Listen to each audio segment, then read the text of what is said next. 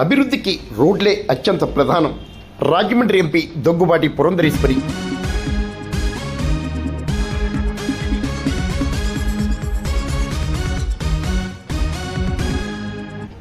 రాష్ట్ర సమగ్ర అభివృద్ధికి రోడ్లే అత్యంత ప్రధానమని రాజమండ్రి ఎంపీ దగ్గుబాటి పురంధరేశ్వరి అన్నారు.